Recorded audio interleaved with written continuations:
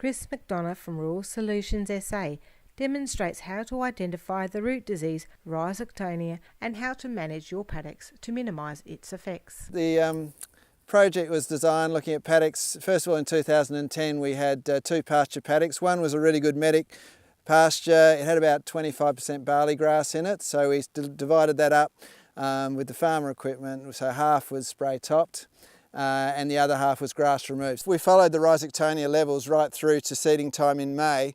We actually found that generally the area that was grass removed had low levels of inoculum in the soil, and the areas that was only spray topped had medium levels of inoculum in the soil. So there was quite a difference there, and very consistent difference between all the plots that we did.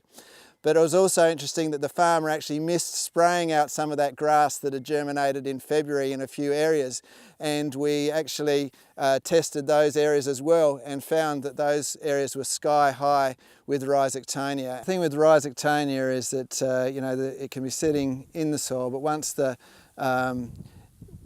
season starts, we get some rainfall, the soil gets a bit cooler in autumn, then it really starts to grow out from its spores and into, and if it can latch on to anything growing then it will start to build up and can build up quite rapidly.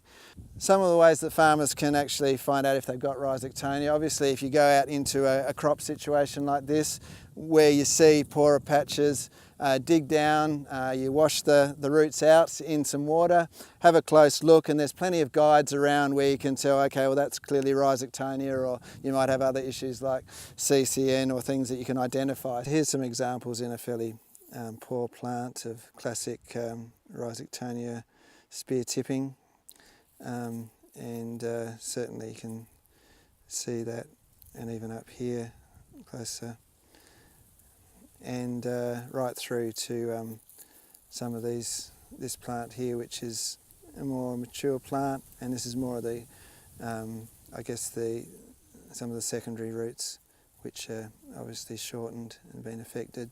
The other thing that's really good is the root disease testing service, which you can do. That allows you to then get an idea of a whole lot of diseases, what the inoculum is in the soil going into that cropping season, and whether those levels are a high enough risk that you need to actually do something to manage that. If you came back with a high level, obviously keeping that